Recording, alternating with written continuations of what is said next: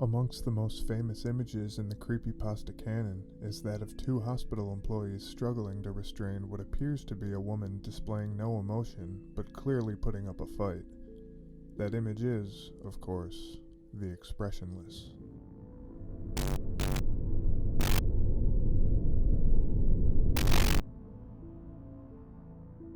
Written by my good friend TJ Lea, The Expressionless tells the story of a woman in a blood-spattered white gown who walks into Cedars-Sinai Hospital, much to the terror of employees and civilians alike.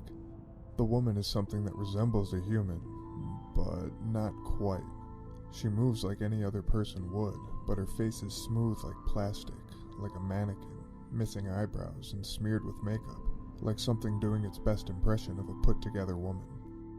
Without entirely spoiling the story, I will say that the image shows two hospital employees doing their best to sedate this almost woman, with her fighting back with the same look she'd sported since she'd entered the hospital, one entirely devoid of emotion, hence the Expressionless. The image itself was taken long before TJ Lea ever wrote the story as an assignment for a creative writing class in college. The picture, now famously known as the Expressionless, was taken in 1968 by Anthony Armstrong Jones, who at the time was the first Earl of Snowdon, for his book Assignments, which showcased over 2 decades of the photographer's career, from his beginnings as a black and white photojournalist to his color work that spans several continents. The picture, as it was labeled by Lord Snowdon, was entitled Student Nurses with Waxworks Patient, which accurately describes its contents. During that era, nurses and doctors often practiced various procedures with waxwork dummies, and this image showcased such practices. Student Nurses with Waxworks Patient was first published in Assignments upon its release on January 1st, 1972. Since it was first posted over a decade ago, the authenticity of the Expressionless has been a hotly debated topic. Even now, people who discover the picture and accompanying prose for the first time search around the internet looking for a definitive answer to the often asked question, is the Expressionless real? The consistency of people wanting to know if the story of the mannequin woman who terrorized Cedars-Sinai even led to Snopes.com posting an article debunking it. I could easily talk about this story more, but I thought that there could be no better insight into this legendary piece of creepypasta history than that could be given by the author himself. The immensely talented TJ Lea is someone whom I am proud to call a colleague and a friend, and he was kind enough to sit down with me and discuss not only his seminal work, but also the online horror literature industry as a whole, horror in general, and much more. So without further ado, please welcome TJ Lea. Hi TJ, how's it going? Not too bad, man. Not too bad. How are you getting on? Doing great. I just hit my microphone with my arm, so that's fantastic. Off to a wonderful start. Hey, here. you know what? That's good luck in some cultures. I'll have to research and write about that culture then. It's one we just made up. It's fine. First off, let me just say I appreciate you taking the time to do this interview. Oh, it's no problem. Any chance I get to talk about myself, I'll happily take. No doubt, I'm the same way. Well, I have been a fan of yours for a while. I didn't even know I was a fan of yours until after you and me, got to know each other a little bit over this last year. And it's been wild. Somewhere in the middle of that, I found out, I've liked this guy's writing for much longer than I've actually known. Yeah, that happens actually a lot more than you'd think. With people who aren't even writers, but like, I've had old co-workers from jobs before I went full time who were like, "Oh, you wrote that," and one dude, I'll never forget this, and I love him to pieces. So in the north of England, people in the north here are way more honest. Maybe it's like a reversal of like the way it is in the deep south, but he was like, "Oh, you do that online horror, do you?" I was like, "Yeah." He goes, "Oh, what one you done?" I was like, "I did the Expression." He goes, "Oh, that was shit, that wasn't it?" And I was just like, do you know what? I respect the honesty. I was like, "Yeah, it wasn't my best." So yeah, no, I appreciate that, man. And obviously, you've carved out a hell of an area on No Sleep. You've done an awful lot in the time that I was gone from the scene. Yeah, I haven't been there in a while. I only post very few and far between now, but for a while I consider it when I was writing my best, but everyone tells me like you haven't written your best yet. But every writer's their own worst critic. Absolutely, man. I mean, surely you must look at some work you did even in that period of beautiful creativity and look back and gone, I could have done that better. Like when we spoke, our original recording was a year ago. Just in fact, it might have been exactly a year ago. I know it was November, but I was finishing up. Close to now. It's wild. I was finishing up my first proper series, and I've done 7 since then. And I look back at that now, and I'm like, that's cringe. It's not bad, but like you're always improving. And I'm sure if we did an interview a year from now, I'd be like, yeah, 2020 Teach was wrong. His all of his work was cringe. Like I think as you grow and change, you're always going to find flaws in your older work because you've gained new techniques, new perspectives. You have the benefit of hindsight, right? I think your work from then is phenomenal. But you posted recently that I thought was, I thought some of the stuff you did was excellent. And I know that you've obviously migrated away from that now. You did the My Family's Falling Apart literally. And I really enjoyed that. I thought that was a good concept. I don't know. I liked it. That was just a fun little body horror one body horror is good when it's done right, man. Yeah. That's what I'm saying. Like that one was more kind of an exercise in stepping outside of my comfort zone, because my comfort zone, I'd have to say, is probably split evenly between just straight up like ghost stories and very realistic I guess not like hyper realistic, but the stories, more grounded stories. Well, you did like the homicide detective series, and that did very, very well because it was a realistic setting, and people like PI stories. I've wanted to do it for a long time, but I wouldn't do it now because you did it in such a way where it's like, you know what, like that's someone's done it very well. There's no need for me to touch upon it, Yeah, what's funny about that is I started writing that series because, okay, so a few years ago, 2 or 3 years ago, I wrote a story that it wasn't really so much a horror story as just a straight up mystery that had it couldn't be solved, basically. Okay. It was about a guy who's digging a koi pond in his backyard, and he's, digging up the ground, and then he comes across the entrance to this hatch.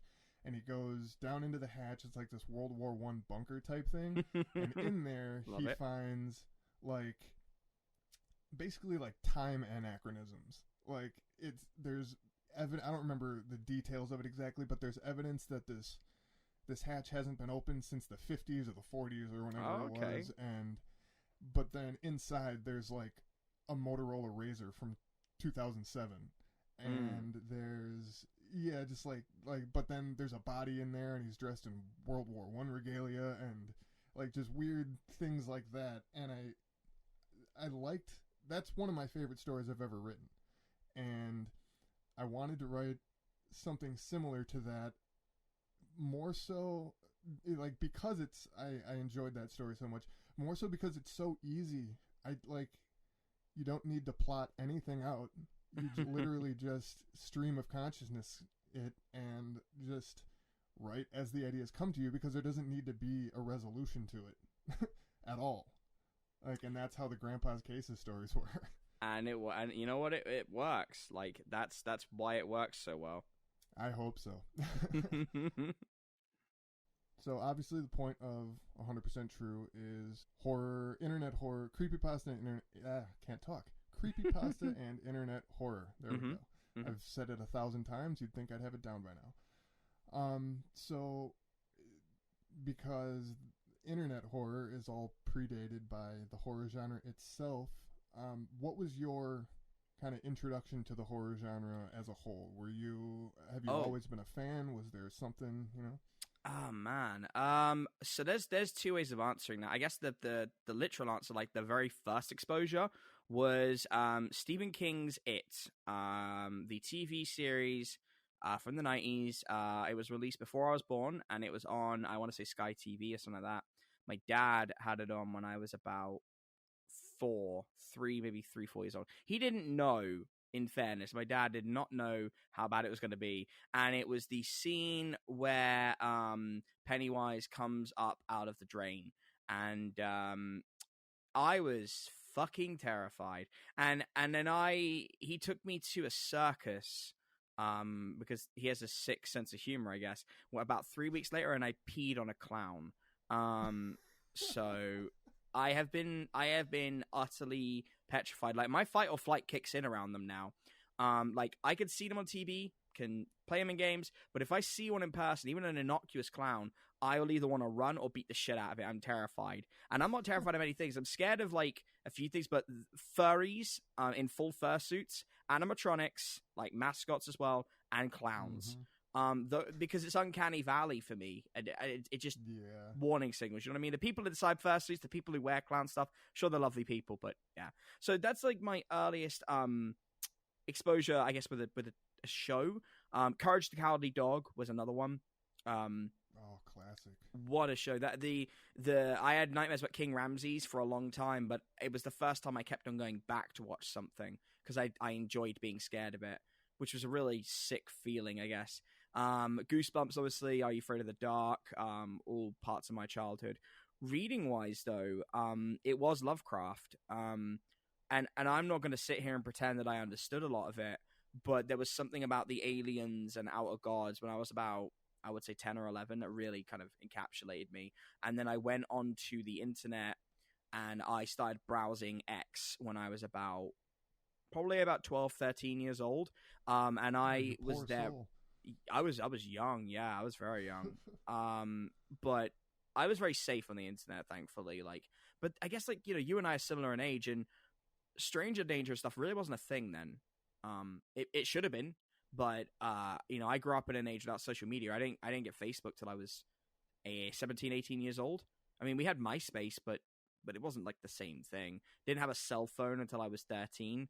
I didn't have a smartphone until I was 18, 19. That was when the first smartphones were. So, like, it was weird, and you just didn't think about it in the same way. But when I was on X, Russian sleep experiment had just been posted, and I remember my young brain thought this was real, and in fact, a lot of people thought it was real. A lot of people really thought that it was a real tangible thing, and that kind of spread from there. You know, it's insane, and no one knows who wrote it to this day because it was on an anonymous board. So there's no way of claiming ownership of it, which is the really sad thing. Someone did an incredible story, and they will never be able to take full credit because they can't prove they posted it. Yeah, and I mean, you think about what could have happened to this person's life if they would have been able to take credit. I mean, this person could be a millionaire by now. Right. They've been trying to adapt the story forever. And they can't, and that's the wildest thing. So, like, I'm in the top, I don't even know, like 5 to 10 of the creepypasta people, whatever you want to call it. And all of them have got deals in place in various places. Eric Knudsen, Slenderman's creator, obviously he leads the charge there. He's done so many games and adaptations, Marble Hornets, the movies. But Chris Straub is probably the greatest of us all. He did Candle Cove at very early stage in his career. I just had him on the show a few weeks ago. Dude, I love that man so much. 20 years after doing that, he does the ARG. He makes the ARG movement a big thing with Local 58. He's a genius. He is a fucking genius. He is literally the definition of a horror savant. He really is. Oh yeah, he's just incredible. So I grew up with his stuff in a weird way, and then SCP came around when I was about 17. It's crazy to think the SCP Foundation is nearly 13 years old, and it just kind of evolved from there, I guess. That's awesome, yeah. And it's especially weird being in our kind of the position, not position, but like the business we're in, I guess, so to speak, where, you know, before we got our start doing what we do, we looked up to these certain people, these creators, these writers, these artists, and now, you know, we can message them on Facebook. Well, yeah, now there's interactivity. Now they're colleagues. Now they're collaborators. And that is a very humbling and strange thing with not just with social media, because that gives us more opportunities, but just the connectivity of the world. I mean, you know, you think about the idea that, you know, if you admired a writer back in those days, you'd have to, you know, send them a letter, or, you know, and write to them, and you might hear back. But if you didn't have it in a certain channel to go through, their agent or they're, a friend of a friend, you weren't gonna get contact. Now you can, using your own name brand online presence, you can pretty much make sure that someone sees your work and knows to talk, that you're the real deal, and that's really fucking awesome. It really is. It's unique. I feel like we're kind of in a class our own, in as far as as far as business goes with what we do, because the way we write and like the way that we've built our careers, it was born on the internet. It has been facilitated entirely by the internet. I feel like there's not many things like that. Yeah, the online horror space, or the online writing space, is very strange. But I was talking before someone about horror is in a resurgence period right now that we haven't seen since the 1980s. We've done away with our juvenile, and there's nothing wrong with these, by the way, but juvenile Eli Roth violent gore fests and our found footages and spooky supernatural, and we've started to tell more difficult tales. Hereditary is one of the greatest horror movies of the last 40 years, and it does most of it without a single jump scare. As does Midsommar, as does Us, as does His House, which just came out on Netflix, as does The Babadook. All of these are movies that terrify you in ways that you just wouldn't have imagined you'd be terrified with real situations. And that's a wonderful thing, and it means that we, by and large, can put our work out there on a lesser level and go, well, you know what, we've got horror stories that are, in different ways and being told in a different format, different medium, and it works. And it's very weird. I think No Sleep, even though it has, a lot of people have their gripes with it, and I completely see that, both as a writer there for nearly 10 years and as a moderator there. I understand the gripes, I really do. But there is no other place on the internet for any writer that will ever get the exposure No Sleep offers them. If you tell a writer who has been doing this for 1 year or 15 years or 30 years and say, you are one story away at any given time from a producer for Netflix getting in touch with you and helping you sell that deal, you cannot get that anywhere else. That's wild. That is absolutely true. Yeah, and it's been proven many times over in the last 2-3 years even. There's it's only going to get more popular. Coming from No Sleep. Yeah, exactly. And that actually kind of brings me into where I was what I was going to ask you next. It's kind of a 3-pronged question. What is your favorite horror movie, your favorite horror book, and your favorite No Sleep story or series? I feel like if I don't say Nick Bottic, I'm going to get in a lot of trouble. Yes, it's going to be a much shorter interview than I planned. Okay, so favorite horror movie. On a technical level, it's The Thing. I, to this day, do not believe that any movie has surpassed The Thing in special effects prowess. I think that was a beautifully done practical effects film. It's incredible. John Carpenter is one of the greatest ever. And just a wonderful human being, like in terms of the mind he has. In terms of general horror, that is very tough. That is very, very tough, because there's answers I could give that are like, poignant and, the old school. One of the films, I think I have to measure a film by how much it scares me. And not a lot of things do. And the realism of a situation has to scare me.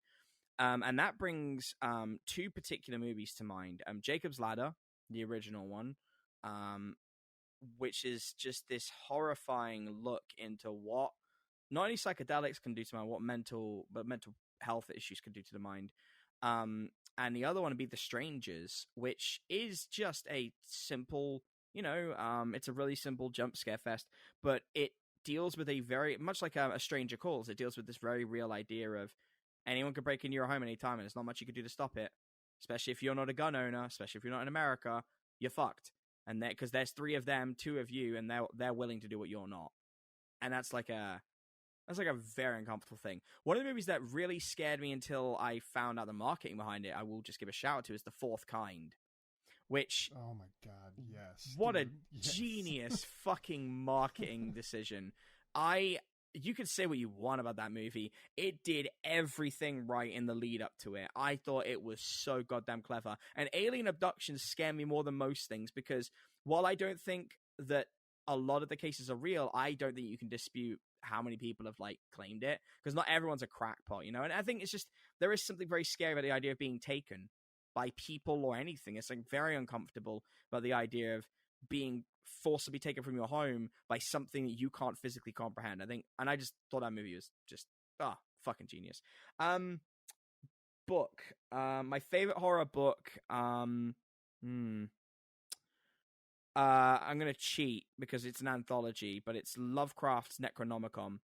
Probably still is the greatest collection of horror stories I've ever read in my life. I think I would agree with that. it is something that it is dry. I will not sit here and say it's easy to read, because it's not, and there are things that I don't understand about it even now because I'm not the cleverest person. But Hypnos, the music of Eric Zahn, The Shadow over Innsmouth, Dagon, The Call of Cthulhu, Nyarlathotep. There are just so many amazing. Oh, The Rats and the Walls. There are so many good stories in there. I think it's just genius. I think it's a piece of genius literature. And favorite no sleep story, I think series wise. So series, it has to be Dathan Auerbach's Pen Pal, without a doubt. To this day, nothing has unsettled me like that. And I that was when he released it. It was a month before I released my first story on there, and I genuinely believed it was real. And nothing else on No Sleep has ever made me think it was like something was real. And even when I knew that the rules were what they were, because he wrote it in such a way where you genuinely believe, especially being our age, you know, he's exactly, you know, I think he's a year or so separated from me, maybe, but he's my age, and knowing, you know, how kids grew up in the 90s, I believed it. I believed that there was someone dodgy following him as a child. Yeah, there was definitely a very palpable air of authenticity to it. Yeah, it makes me wonder because, like, he also, one of the things I love about him and his work is he's very quiet, he doesn't say a lot.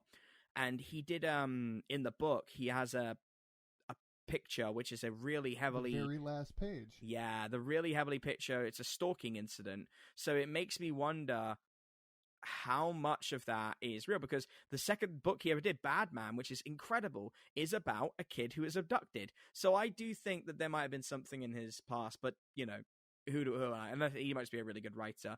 Favorite standalone No Sleep story?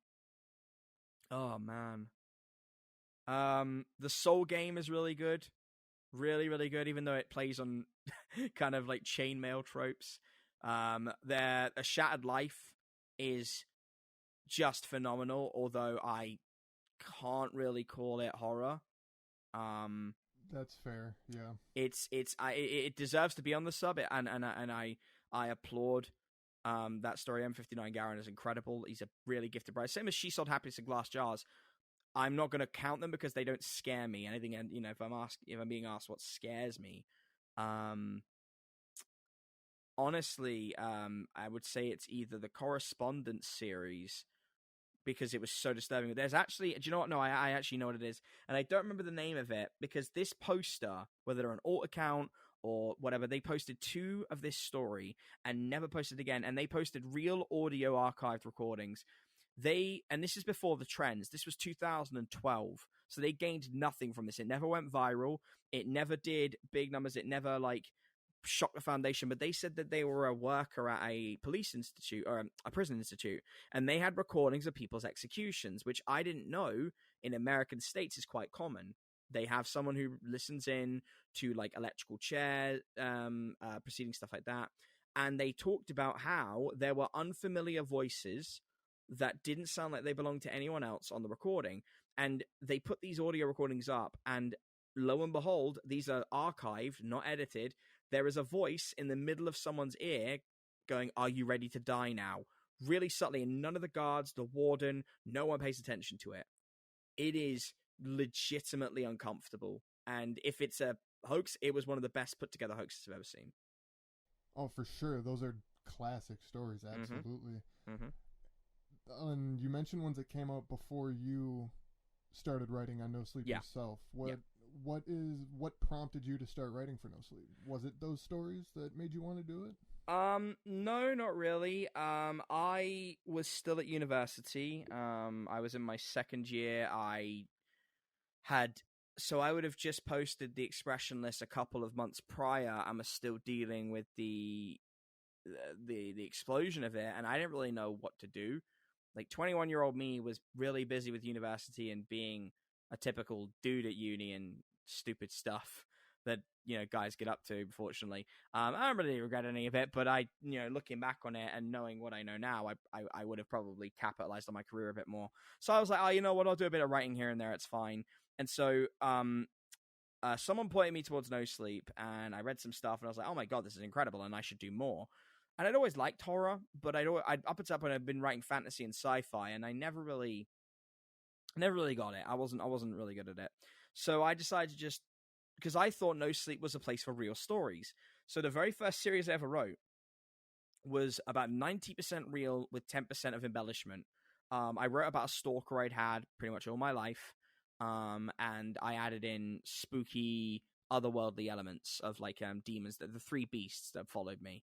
But because I thought, oh, I might want to add in a hook or whatever. But yeah, it was just because I thought it's fun. I had no aspirations at the time of being a full-time writer, because I'd been told all my life that wasn't a viable option. Because let's be real, the writer doesn't often earn a lot of money. So I just was like, all right, I'm 21, I'm at uni, I've got another year and a half of it. I'm not going to worry about it. I'm just going to have fun with it.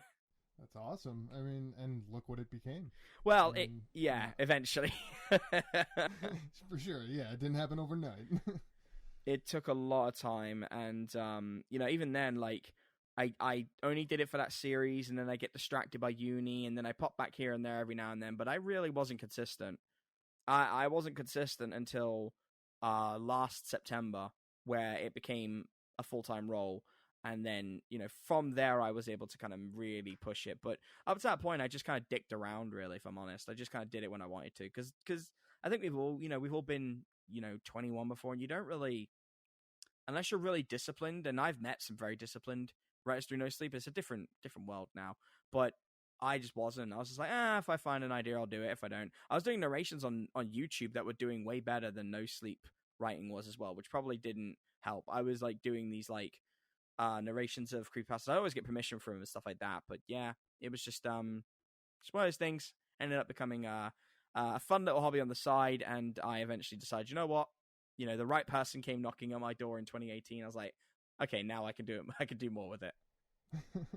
That's awesome, man. And that's for up and coming writers and people who do start off posting on No Sleep with aspirations of, or with, I guess, the hope of wanting to make it a career or anything more than a hobby. You are one of these success stories. I mean, even relatively speaking, you might not be a millionaire yet. You might not have your name all over the place, or like in magazines and on billboards, but you've reached a relative level of success that a lot of the people on the sub have not. I'm very lucky. I would say it's just as much luck as it is hard work and a sprinkle of talent.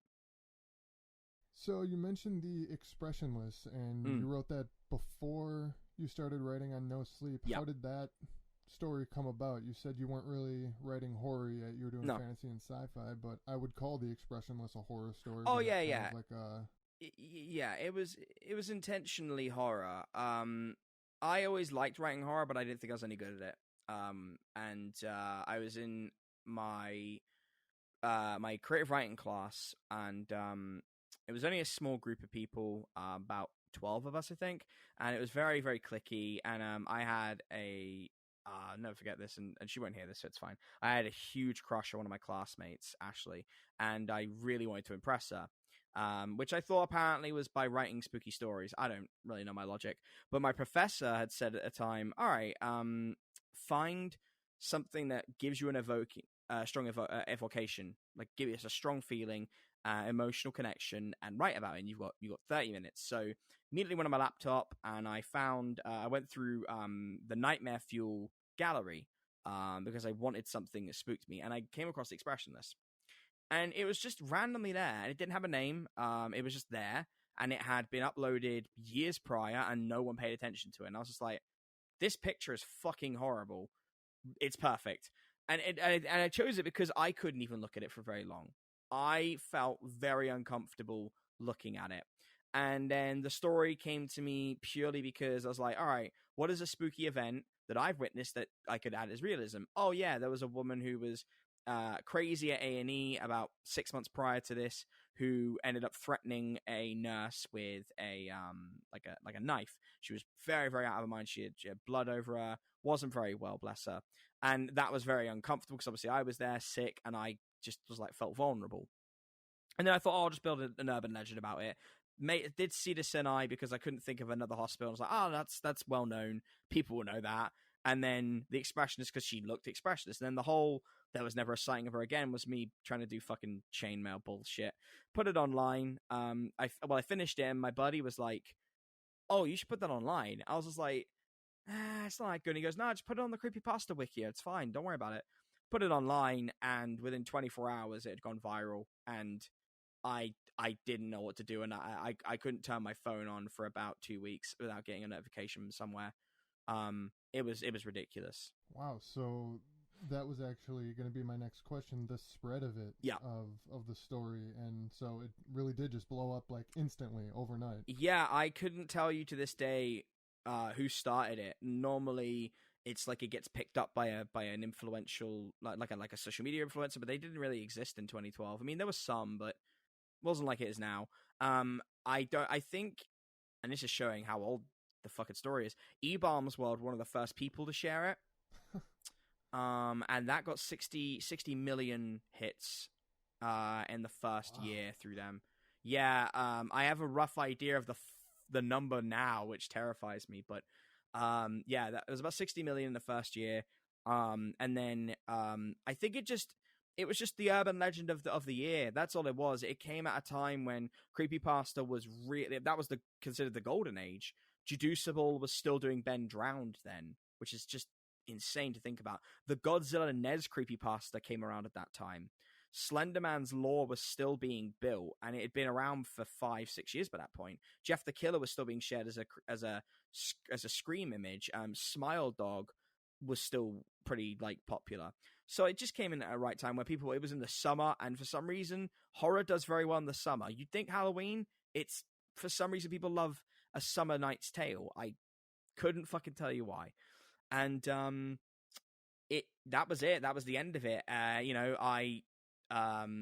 Before I knew it, people were, memeing it. People were, celebrities were talking about it. It went onto YouTube for different like things. And this is before I even understood how people made a lot of money through YouTube because I was just starting it. So I didn't really think about how that was being adapted when influencers were, taking it. It went to Snopes because they had to actually put out a statement to disprove that it was real. Lots of stuff like that in the first year, and a lot of it I couldn't handle.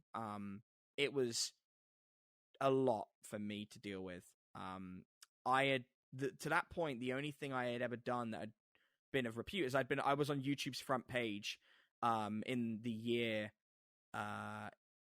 it was in the excuse me, that was after, beg your pardon, that was after the Expressionless. So yeah, this was the first thing that I'd ever been shot into the spotlight for, and it came with a lot more attention than I really could have handled at that time. And with that attention, and I can imagine, I mean, going from not having anything that's really blown up before to having what is essentially, I guess, could be considered the biggest thing on the internet for however short or long a time. I mean, that would be overwhelming for anybody, I'd think. I remember when my first story really blew up outside of No Sleep, I also, and it didn't blow up nearly to the level that the Expressionless did, and that was overwhelming for me. And it's just overwhelming in general when you see thousands of people, looking at it. I don't think these days, I don't think creepypastas have that ability anymore because the market's not only oversaturated, but it's kind of like it was a one and done thing when the internet was still burgeoning and growing. And I do think that's a good thing. I don't think any writer should, until they're at that level, like where they properly can take advantage of it, should deal with that because it was wasted for me. I mean, in the long run, I've reaped the benefits, but it put me off writing like beyond No Sleep's boundaries. And and weirdly enough, how ironic is this? I chose No Sleep because it was a small subreddit. Because at that time, oh my god, I mean, you're talking 2012, probably like, I would guess it probably had about maybe anywhere between 50 and 100,000 people. I don't think it had any more than that at the time, and that's some 14.6 million. And so like for me, I chose it because it was a small place. Like put it this way, Footsteps, the very first part of Dathan Auerbach's series, Pen Pal, got 1,000 upvotes. That was considered legendary. If you got 1,000 upvotes, you were in rare air. You were just insane. Like, and to think that now, you know, the top stories are getting between 18 and 25,000. You know, it shows you the difference. But for me, you know, I didn't do much with it, and a lot of hate mail came through, so that was very off-putting as well. People were throwing money at me to try and have it, and I didn't know what to do about that either. And so I wrote on No Sleep to avoid just, you know, I just kind of did my own thing, and I didn't really embrace the Expressionless one for a few months because I found it just very difficult. And I think anyone would do in that sort of situation. Yeah, I don't really think you can be blamed for that. Did a lot of people... I mean, you say you got a lot of hate mail, but you got a lot of praise for it from people, I would assume. It's... also, right? Kind of. What's really weird to me now is I get praise from people who grew up with it. So, you know, people in their late, it's really weird because I'm only 29, but it makes me feel so old. People in their late teens now, I did a talk at a university last year for marketing and how you can, you know, become a writer in that industry. And they're all 19-year-olds, and I was 27 going on 28. And they were coming up to me saying, oh, when I was 12, I read The Expressionless. I'm just like, oh my God. So like they love it. And writers and other people in the industry like it because they know how hard it is, but everyone else hates it. And I don't really mind anymore because I don't like that story anymore. But I think it's not that I would never go back and not do it because I wouldn't be where I am without that story. I you know, you have to give yourself credit, but it is not a good story, at least in my estimation. What it does well, but when you have over 10,000 emails over a decade, near enough, of people shitting on it from anywhere from funny to really harsh to constructive to whatever, you just learn to be like, all right, you know what? Yeah, you're probably right. It's not good. And if you admit that, they don't have a lot of energy to kind of transfer to you. They're kind of just like, all right, well, now I've got to just shout into the ether. But yeah, no, I definitely got praise for it. But you know, when you compare it to stuff like Jaducible, who programmed an entire ARG for Ben Drowned, or Eric Knudsen with what he did with Cylinder Man, I just feel like I phoned it in comparison. Did was there a lot of people asking if it was real? Yeah. Yeah, I imagine there would have to be. More people in that frame asked if it was real than I think did, and more than anyone praising it or hating it, were people asking if it was genuinely real. I got a lot of angry emails from parents, which still doesn't make a lot of sense to this day. I have some of them still saved in my inbox because some of them, so the legendary emails get saved. Some of them are just really horrible and harsh, but I think are funny. And some of them are just really stupid. And before we called them Karens, the soccer moms would get in touch and be like, my child is 9 and they read your story and now they think this creature isn't real and I'm going to sue you for psychological damage. And me being me, I'm English and, you know, we're raised to be very, very polite and courteous. I was not courteous with these people. My response back was, bitch, get your son off the internet. You know, because it's like, I was gonna say that sounds like their fault. It's not. I'm not to blame, and you know, I'm not to blame for that. And also, when it was like an adult who would be like, "Oh, I can't believe you'd post this with the whole kitten clamped in her jaws," and I had a generic response of, "I've done my job right. If you're scared and disgusted, so I don't care." Because you have to disconnect because people think that you owe them. That you owe them something for them reading a story for free that takes them less than 5 minutes. And, you know, I owe my fans and my readers everything in the same way you do. But those people don't just read the work; they identify with it, they connect with it, and they will buy anything we put out as a way of showing support. When someone emails you in to tell you your work's shit, you don't owe them a goddamn cent of your time. So I agree. I would have fun with it because I'm an asshole. And I think you either go one of two ways with this. You either let memification cripple you, which it's done to a lot of people I know, or you can just try and you become an asshole and you rise above it. So yeah, I mean, it was it had to go on Snopes and not Mythbusters. It had to go on Snopes and the actual website creepypasta.wiki had to issue a thing saying it's not real, which I took as gratification. There are still people now who say it's real. I think that all died down though when the incident with the Slenderman girls happened. Everyone kind of stopped asking around that point, and I was very grateful. Because that happened about 2014 10 minutes away from my house. Really? Oh, that was Wisconsin. Yeah. Wow. That was literally the park that it's at is 10 minutes away from where I'm sitting right now. That is, yeah. I mean, to think, that was 2 years after I did the Expressionless, and I don't know how Eric dealt with that. But I know he has children of his own, and I, as someone who has been close to his level of notoriety, certainly before that he skyrocketed up, I probably would not want to write horror ever again if that happened to me. If I ended up being responsible, I was gonna say that has to be very emotionally taxing. Yeah. Like, because I mean, obviously, I don't think it would be right to say it's his fault. I mean, obviously, he didn't make anyone do anything. Right. Just to know that something of yours affected somebody in a way so negative that it led to something so tragic. Yeah, that would be very difficult to deal with. Yeah, I think I've had this thought and this conversation with few people both in and out of the industry, and we've all come to the conclusion that you cannot take ownership for what someone else does when you write a fictitious story, because if you start to be responsible for that, that's a very dangerous way of looking at it. Because if the police ever tried to, not that they would, but if you ever had a litigation case brought against you because you created something that someone in the world will interpret as I need to kill someone else, that's just insane. But I know Eric has children, so I don't know how he's dealt with that, but I really felt for him. I reached out when I heard, but I don't think he answers much back for people anymore. I think he's very, very private and keeps to himself now. And again, I can respect that. I think with the level he's at and whatnot, he is stands above us all in the creepypasta world. So I do understand. But yeah, I mean, it was very weird, and to think that people thought it was real was very gratifying. For sure, yeah.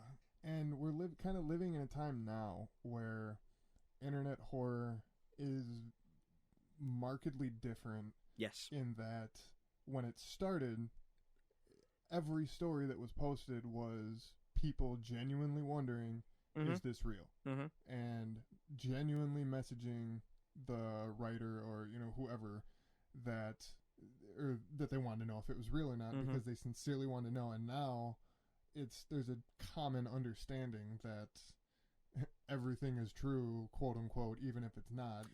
And speaking in that, No Sleep is the juggernaut of internet horror. Right. But I guess I just like to kind of get your thoughts on how is it different writing a story like The Expressionless, which you did before you started writing for No Sleep, and then writing stories for No Sleep.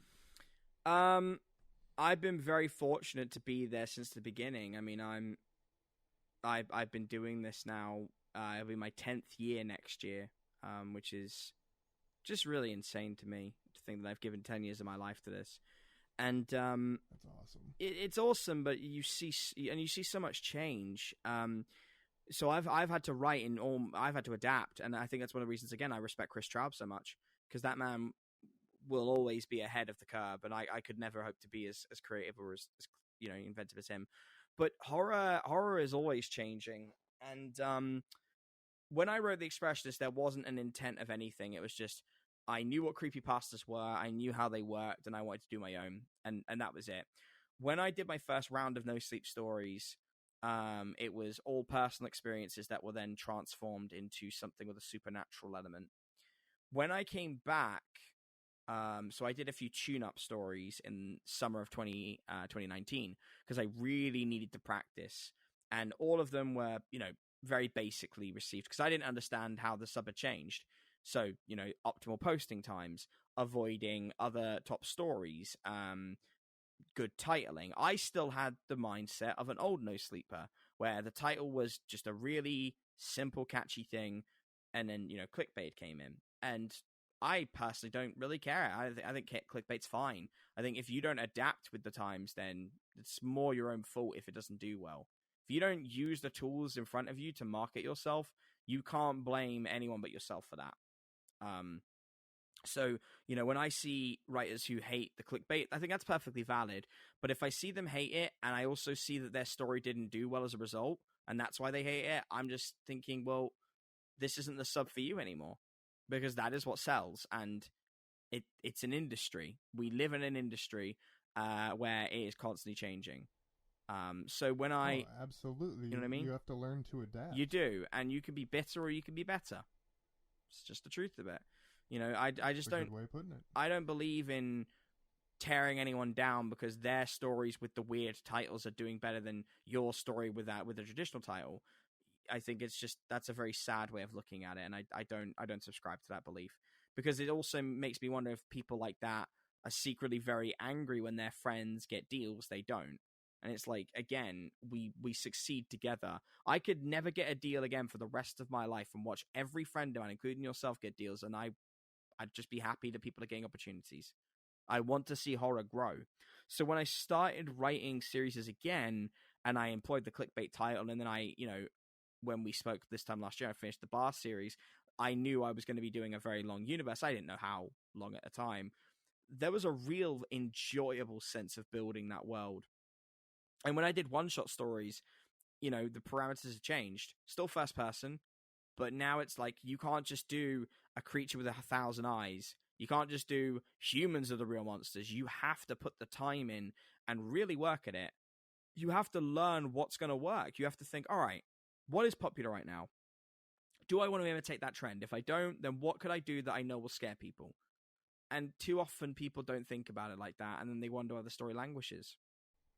Yeah, no, it's a very good point. I mean, because like right now, the stories that are all about rules or sets of rules. Still, year and a half later, still one of the biggest metas. It doesn't do very well anymore popular wise. I will say that much. We've definitely seen them really slow down. But yeah, that is a big meta.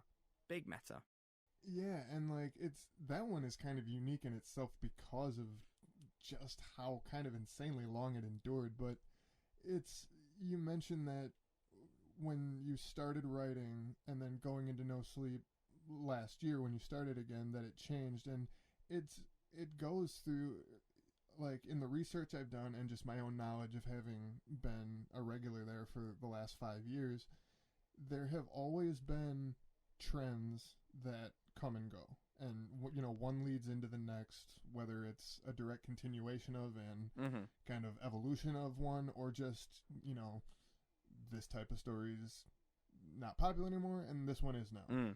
And there's always been that need to, like you and I just said, like the need to adapt to change. Yeah, and I think that's as important to finding success on No Sleep as your writing skill is. I think you have to know how to, I guess, kind of game the system. You really do. That's a bad way of putting it. That's not really cheat. Like, I don't mean cheat it, but you have to know how to exploit it to your advantage. You do, and I don't think that's wrong to say. If you don't look at the posting times and you don't pay attention to how the algorithm works or who's posting, and you don't network with other writers who are heavy hitters and go, hey man, how often are you posting this series, or when are you posting next, and work with them. Talk to them. Everyone wants to succeed, but the algorithm means it's not the top 3 stories that do well anymore. It's only the top 1, which means it's better to just talk to them. And yeah, like I think the Rules series did well and does well for writers who are, how should I put this? There are some writers who are very good at doing it because obviously the originators of it are all professionals. They're all in Gabriella, in Bifrost Disciple, and of course in Newtown Jam, who started it. They are professionals, so they all abandoned it and moved on. But the ones who are still learning and they're just either in it for fun or just really at the beginning of their careers, Rules means that they have almost gotten this way out for doing plots because they have 10 rules, and that means they're taking up time of the reader's attention, and they can kind of refer back to them as these built-in plot devices. So it gives them an out without having to do deep character development. Now, some people have done the rules thing and done it amazingly well and really messed around with it, but it is definitely a tool to utilize when you're still early on. And it's, it will change again. It will adapt because it always does. But yeah, the endurance of that is shocking for sure. Yeah, and me personally, I'm not a fan of rule stories. I've read, like you said, there's a few that have just, truly great pieces of work. Mm-hmm. Like, what's the one? My roommate left. The Tendency Survival Guide. Yeah, that's Newtown Jams. That's the original. Oh, okay. Yeah, that incredible. That was it was absolutely incredible, and just the world they built and just the scope of it was phenomenal. It was an incredible story. But yeah, but for every, I can probably count on one hand how many rule stories I've read that I really truly enjoyed, and that it's oversaturation.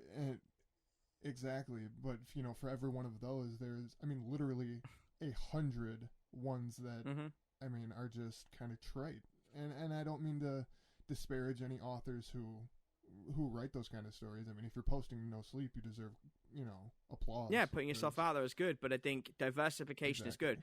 One of the things that I think I wish people would understand, and I've said this in every platform, and it isn't just me that said this, but when I mentioned that, producers do watch No Sleep, they do pay attention, and they do get in touch with people, I wish I'd also put an asterisk and said, well, they're not going to do it if you're doing what every other writer's doing. No matter how good it is, you have to be true. Yeah, you have to be the best of the best if you're gonna, or the best of that meta if you're gonna get in contact, and that's rare. You need to stand out because you're already starting at below zero. Like you are in a community where there are already the likelihood of you getting picked is the likelihood is slim to none. Yeah. And then on top of that, so then let's say that there's a producer who, for whatever reason, is like, I really want to adapt one of these rules stories. So then at that point, you are dealing with another 70 to 100 authors who in the last month have posted the exact same type of story. Producers' assistants don't have that time either. It's just not realistic. What they tend to do is they are told by a writer who wants to get in touch with, the author. They'll be like, all right, go and look at the top spots and tell me what's there. And then they'll give them a list of things. They'll be like, oh, I like this one. But honestly, I know of 3 instances where celebrity writers have just seen it by reading No Sleep themselves and then said to their assistants, get in touch with them. And they don't get in touch for the boring and contrived ones. They get in touch for the ones that are really unique in the way that they present themselves. And clickbait sells, whether people like it or not.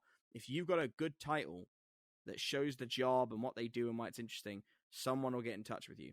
Yeah, for sure. I don't think there's been a story that, in recent years, and Pen Pal was kind of an anomaly in that regard. That's because I guess clickbait titles weren't really a thing yet. No. And that story was as big as any No Sleep story has been, But yeah, there's the Ryan Reynolds Spire in the Woods. That's an example. Oh, Tony Linetti, yeah. Yeah, that's an example of one that didn't have a clickbait title. Left Right Game didn't. That's true. That's just a good title. And Jack just sold that for a six or 7 figure deal to Amazon Prime. Really proud of him. Yep. He worked so fucking hard for that. Incredible. Yeah, he is one of the nicest human beings. And something else I think amateur writers should take note of. He I mentioned this on the podcast. I'm sure he won't mind, but he never gave up his job until the deal was done. So after Q Code and a podcast, he carried on working because he cares so much about the people he worked with in his industry, and that is amazing. humility you just can't teach. Yeah, that's admirable. I mean, I know myself, and if there is a deal, even if someone's like, yeah, maybe in a year from now we might be able to get you this, I'm like, all right, well, time to say goodbye to everybody I know, and we're moving out. Like, yeah, and I'm, being hyperbolic, obviously, but like, it could happen. No, that's very cool. It's definitely something else. I guess I'd say is it's very, very rough doing this full time. Financially, you are taking a fucking risk, and I know a lot of writers who are single, who might be able to take the risk, but if you've got a partner or any dependents, you just can't. You just can't unless you've got a guaranteed deal on the table. The risk, unfortunately, doesn't often pay off. You need to know the right people, do the right things, and your bank. You investing in yourself is always a wise thing. Always, you should always invest in yourself, but the risk is so high. So fucking high. Oh, for sure. And I'm lucky enough to be able to do what I do full time, but barely. And that's only because I capitalized on the very quick rise in popularity I had a few years ago. And if I wouldn't have done that at that time, then there's no way that I'd be It's seizing that moment, right? Any kind of living. Yeah, for sure. And I mean, I feel like for me, it could have been literally a day's difference, and my life would be entirely different right now. Because it's these things move fast until they don't, and then they slow to a snail's crawl. Yeah, so true. Yeah, so true. And to go back to what you were saying before about, or kind of just to bring it back around to something you mentioned earlier. Wanting to see people succeed, and want that, and also wanting horror itself to just grow and evolve and become bigger than it ever has. I wanted to touch on both of those because I agree on both points wholeheartedly.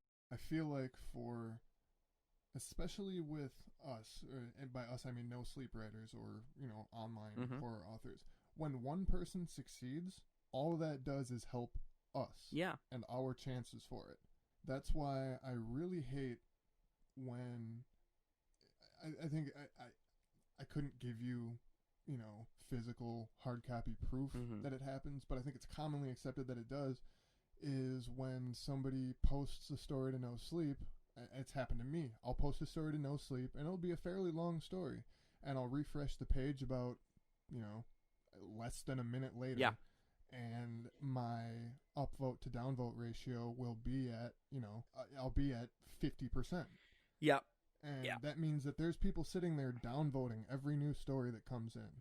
And that stings. I hate that. Not just because it means my story might not get, to the top that day, but it's so disingenuous to what all of us are trying to accomplish.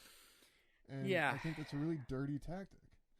So something I would love to see rooted out in the, because there are clicks in writing, and that's something you get anywhere, but I would love to see the toxicity taken care of to a degree. And there are things, there are underlying issues with a lot of different things. I can say this from a place where, in everything I have done in the last year of No Sleep, I have outed, content thieves. I have outed sexual abusers in the horror community. I have created a movement to protect writers' rights. Everything I have done in the last year has been from a place of wanting to protect people. There is nothing anyone has on me in the sense of all I have done is help people. And to have a schism put in place where I lost like the respect or the candor of people because I defended the moderating team was a shame. It doesn't, the names of people don't matter. It's not, what I think is a shame is that if we can't reach a point where we can discuss those things, where grown men and women who, have very good jobs, who are very gifted writers, who have children of their own, can't talk about these things like adults with other adults and have to resort to very unpleasant, ganging up situations, we don't grow. You know, I don't consider myself anything special, but for better or for worse, I am an industry writer. I've done what people want to do in that respect, and I offered up my time and everything, and I think I had to leave that situation because I wasn't willing to be a part of something where, instead of fostering good relations and trying to figure out how we can fix certain rules and certain situations, the answer was just anger and vitriol, and I'm not willing to be a part of that. Yeah, and I remember that situation. I was there the whole time it was going on, and I mean, you know me, TJ. I am as vocal. Mm. I am as vocally critical of the No Sleep moderators as anyone, Mm-hmm. but that comes from a place of wanting No Sleep to be the best that I feel it can be. And I'm sure that there's people who, would argue with me, saying that the moderating team is doing the best job they've ever done, and maybe for that person they are. And I remember when that was going on, and I just kept seeing these people just ragging on you, and I'm just like, how do these people not see that you're not being like moderators over writers? Fuck everybody, everybody besides the moderators, and like, I don't know. It was a frustrating situation looking from the outside in too, and because it was, like you just said, it was just people being vitriolic and doing nothing at all to better the community that we all want. Ostensibly, we all want to succeed. Yeah, it was unpleasant, and because of who I am and whatnot, there was no fallout or what's the word? There was no conflict or whatnot, because anytime I've ever gone on Twitter and I've been at the face of something, and I was once this happened, I was the face of the situation with another YouTuber who had been outed for grooming and as well as stealing, and I have no problem being the face and being aggressive in situations like that, because I have a zero tolerance policy for people who do things like that. And as anybody should. Absolutely. But when it comes to infighting, I think it hurt because I chose to network last year. I didn't need to, and I love giving out the advice and helping people. And I think for me to give everything back from there, because that's what I was taught to do. One of my mentors is CK Walker, who, in my opinion, is the greatest independent horror writer walking the planet right now. And I was very blessed to have her as a mentor when I was going through the process of getting an agent and learning about how how the rights of writers and pay of writers goes. She gave up her time and her advice, and and so I thought, oh, pay it forward. So I think that's what hurt, and I don't have any bitterness, but it was just like, I was like, all right, I'm not doing that again. Like, my time is limited. I'm not, it was just a shame. And what I think is strange is I'm a writer first. I have been a horror writer for 10 years, a professional horror writer for about 3 years. I've only been a moderator for a year. And, for people who are curious, I'll be giving it up relatively soon because my schedule is simply getting too busy. And you won't find me then suddenly joining the other side of it and rallying up. They could delete every story I ever put up in the future, and I still won't be sitting there doing what was done, because toxicity is in every culture and in every like circle of art spaces, and I don't want to spend too much time going on that, because that's it's not what we're here for. I'm sure and I believe that there are ways the moderating team can change.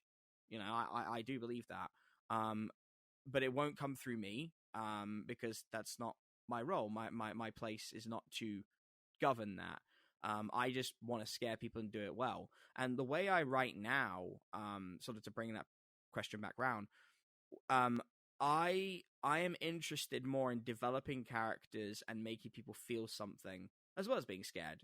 Being scared is still the primary core of what I do, but I'm very lucky that I've been building the same universe for a year, and I get to make people feel something for those characters. I take stupid risks that sometimes don't pay off. I put musical cues in my work now. If I'm doing a scene and I want that scene to be to a song I love, I will shove it in there, and I don't care if it's disjointed. Like if I, and thankfully people have trusted me, but I will do stupid things like that. Because I do believe that the only way to kind of diversify yourself is to change and like so to adapt. And eventually what I'm doing will become boring and it won't be interesting and I have to adapt again.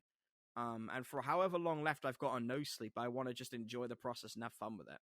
That makes total sense, and it actually is a perfect segue into what I was going to ask next, which was just, what are you working on now? What do you have any plans, projects coming up that you can talk about, or you know what I mean? Yeah.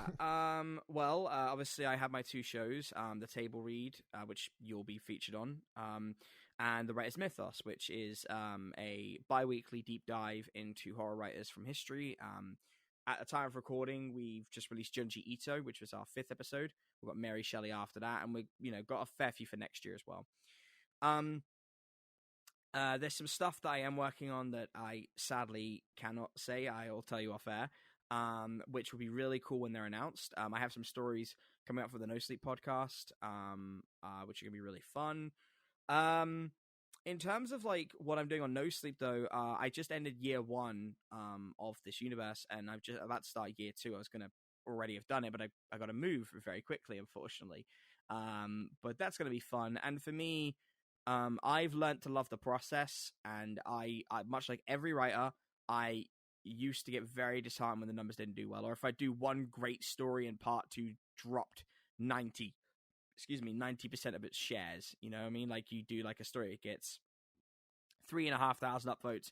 Part 2 gets 800. It's crushing. But I have learned to just get on with it. And I have learned that being consistent is the best thing for me because my last 2 series have been more successful than anything I've done. And that meant I had to go through an entire series, which was doing only a few hundred here and there. And I finished it, proved that I could be consistent. I wouldn't give up or lose motivation for the story, and I would see it through. So there's that. I'm got a book coming out next year. At the present, I just don't know if it's going to be a novella, and I'm going to do every arc individually, or if I'm going to do it in one big book. Haven't decided that yet. I got to figure that out. Because I kind of want to do whatever's best for the readers and whatever's going to be most cost effective for them. And I think that's like pretty much all I'm really allowed to say. I'm just basically going to be writing and chatting shit, so it's no different to 2020. For sure. Well, if people wanted to get updates on what you're working on, or go check out what you've already worked on, or any of that, where can people go? You got Twitter? Do you have a website? Yeah, I have a website that needs to be updated. It's www.tjlea.com. So TJAYLEA.